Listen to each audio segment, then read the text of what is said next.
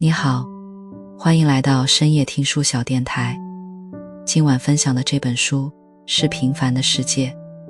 其实，我们每个人的生活都是一个世界，即使最平凡的人，也要为他生活的那个世界而奋斗。你可能也曾在某个疲惫的夜晚，望着窗外的灯火，问过自己，我这样日复一日的忙碌，到底是为了什么？那些微小的梦想，琐碎的挣扎，真的有价值吗？今晚我们就走进路遥用生命写下的这部100万字巨著，看看那片黄土高原上最平凡的人们如何在苦难中活出尊严，在卑微里开出花朵。路遥这个名字本身就像黄土高原上一道倔强的沟壑。他出生在陕北一个赤贫的农民家庭，7岁时因为家里养不起被过继给伯父。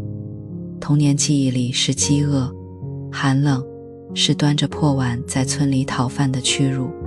但他抓住了一切能读书的机会，在山上放羊时躲在崖下看书，煤油灯下熬到眼睛发红，为了借一本书走几十里山路。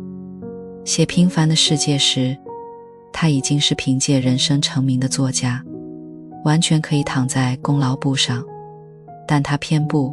他花了3年时间准备，翻阅了1975年到1985年10年间的《人民日报》《陕西日报》，手指磨出老茧，深入煤矿、农村，和工友同吃同住，下井挖煤，在陕北的窑洞里就着咸菜啃冷馍，写到手指痉挛。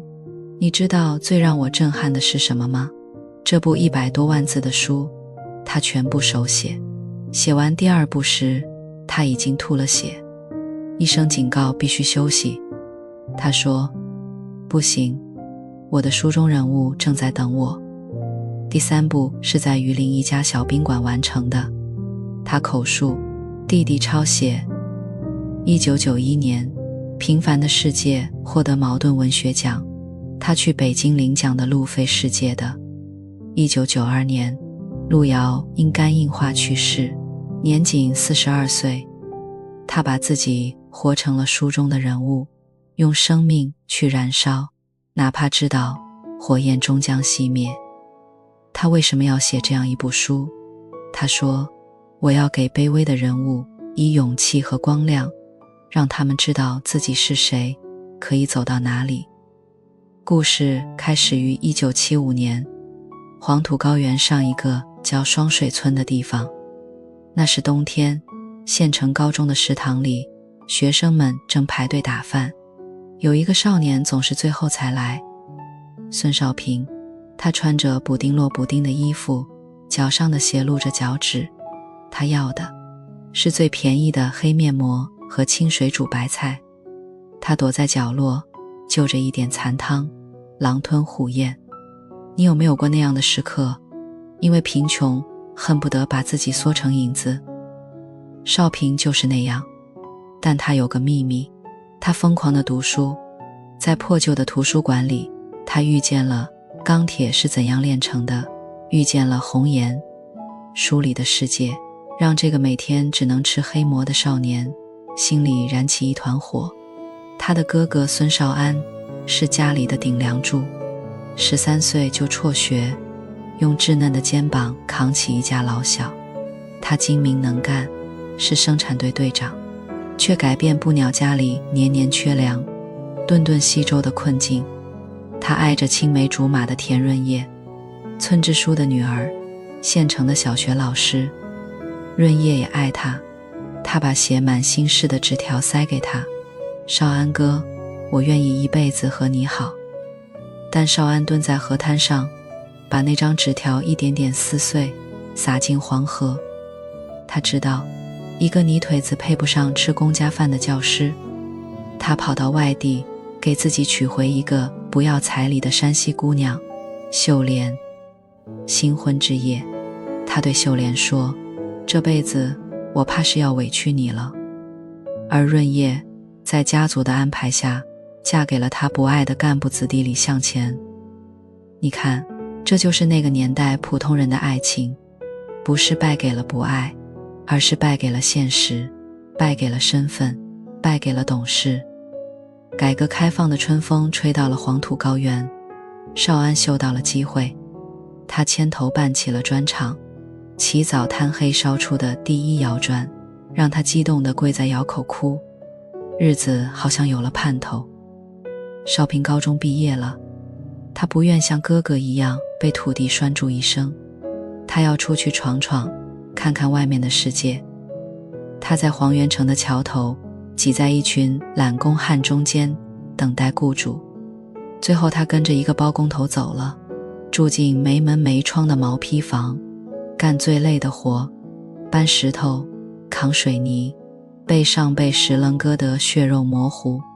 晚上工友们累得倒头就睡，他却凑在蜡烛下读他从废品站讨来的书。工头看见了，骂他装文化人，把书扔进了泥浆。少平默默捡起来，擦干净，揣进怀里。你有没有为了一个虚无缥缈的梦想，忍受过现实的粗粝？少平的坚持不是清高，而是他保卫自己精神世界的唯一方式。后来，少平成为了一名煤矿工人。下井的第一天，漆黑、潮湿、狭窄的巷道让他窒息。但当他领到第一个月的工资100多元时，他给父亲寄去50，给妹妹兰香寄去30，剩下的给自己买了一身新衣服。他穿着那身衣服在镜子前站了很久，那是劳动换来的尊严，是一个男人挺直腰杆的底气。而少安的砖厂越办越大，成了村里的能人。但他没想到，灾难来了，请来的烧砖师傅是个骗子，一窑砖全部烧砸，砖厂破产，还欠下一屁股债。他站在废墟上，看着自己几年的心血化为乌有，天空灰得像一块裹尸布。那些曾经恭维他的人，现在都躲着他走。少安没有趴下，在妻子秀莲和朋友的帮助下，他重新贷款，再次点燃了砖窑的炉火。这次他亲自学技术，日夜守在窑边。砖厂起死回生，他成了真正的农民企业家，还出资为村里建了一所小学。少平在煤矿干得出色，成了班长。他结识了师傅王世才一家，师傅对他亲如兄弟，师母慧英温柔善良。在井下那个危险的世界里，他们给了他家的温暖。他还遇见了大学生记者田晓霞，润叶的堂妹。这个阳光热烈的女孩像一道闪电劈开了少平灰暗的生活。他们一起讨论国家大事，谈论文学人生。小霞不在乎他是挖煤的，他说，我和你站在一起，不觉得你低，也不觉得我高。这是全书最动人的爱情，跨越了阶层与偏见，是两个灵魂在精神上的平等对话。但路遥是残酷的，就在少平以为生活终于向他露出笑脸时，灾难接踵而至。师傅王世才为了救工友死在了井下，少平承担起照顾慧英、嫂子和他孩子的责任。而小霞在南方采访洪水时，为了救一个落水的小孩，被洪水卷走，永远留在了25岁。得知消息的那天，少平正在井下干活，他像一具行尸走肉，走到他和小霞约定重逢的古塔山下。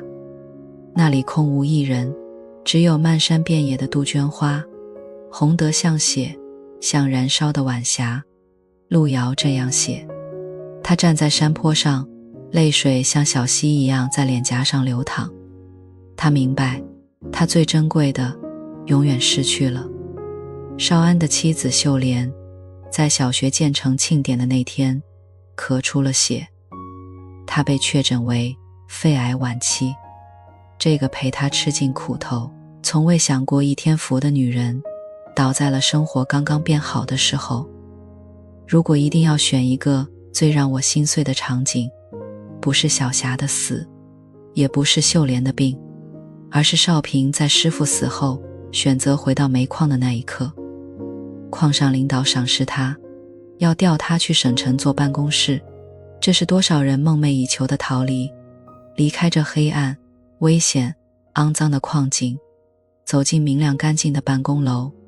慧英嫂子也劝他走，别在这个鬼地方葬送一辈子。少平收拾好行李，走到了矿区的出口，看向那片黑色的山峦，高耸的井架，佝偻着走出来的矿工兄弟。他想起师父憨厚的笑容，想起自己第一次领工资的喜悦，想起在井下和工友们分吃一个馒头的情谊。他问自己，我的世界在哪里？是在省城明亮的格子间里小心翼翼地活着吗？还是在煤矿，在这最艰苦、最真实的地方，用劳动创造着光和热，守护着师父留下的家？最终，他退了车票，回到了那个简陋的小院。慧英看到他，愣住了，眼泪一下子涌出来。少平接过他手里的水桶，说：嫂子，我哪也不去了，这里就是我的家。那一刻，我泪流满面，这不是妥协，不是认命，而是一种深刻的清醒和主动的选择。他看清了生活的全部真相，它的残酷、不公、无意义。然后他选择用自己的方式去爱它，去承担它。他在具体的劳动和爱中找到自己的位置和价值。他不是英雄，没有改变世界，他只是选择回到他的平凡的世界，并在那里活成一个真正的人。平凡的世界到底在告诉我们什么？平凡不是平庸，而是生命的底色。我们总渴望不凡，渴望成为主角，渴望被看见。但路遥说，这个世界绝大多数人都是平凡的。少安、少平们终其一生可能都走不出黄土高原，他们的名字不会被历史记住，但他们认真地活着，努力地爱着，在苦难中保持善良，在挫折后重新站起。这种在有限条件下依然活出最大可能性的生命状态，本身就是一种壮丽。但对抗苦难的人值得尊敬。路遥从不美化苦难，饥饿就是饥饿，寒冷就是寒冷，失去爱人就是撕心裂肺的痛。他不说苦难是财富这种漂亮话，但他让你看到，当苦难不可避免地压下来时，人可以用什么样的姿态去迎接。是像少安一样，一次又一次从废墟上站起来，是像少平一样，在黑暗中守护精神的灯火。人的高贵恰恰在于被命运击倒后还能爬起来，拍拍土说再来。真正的成长是认清生活真相后依然热爱生活。少平为什么最后选择回到煤矿？因为他完成了从逃离到回归的精神蜕变。年轻时的出走是为了寻找更广阔的世界，而最终的回归是因为他明白了，世界不在远方，就在你脚下这片土地，意义不在虚妄的幻想里，就在你每日具体的生活、劳动和爱中。他拥抱了自己的平凡，也因此获得了真正的力量。听到这里，你的心里是不是和我一样，充满了复杂的情绪？有悲悯，有震撼，更有一种从大的深处生长出来的力量。我们大多数人都不会经历少安、少平那样极端的贫穷和苦难，但我们同样在自己的平凡的世界里挣扎。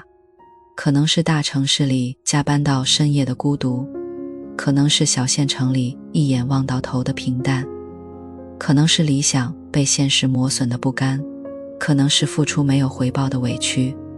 平凡的世界就像一面镜子，让我们照见自己的卑微，与伟大，脆弱与坚韧。它不提供鸡汤，只呈现真实，不给出答案，只引发思考。最后，我想把路遥在书里的一段话送给你：生活总是这样，不能叫人处处都满意，但我们还要热情地活下去。人活一生，值得爱的东西很多，不要因为一个不满意就灰心。所以，无论你此刻正经历什么，请相信，你的劳动有价值，你的爱有意义，你的平凡生活本身就构筑着一个值得奋斗的世界。愿你在平凡的世界里找到属于自己的光。晚安。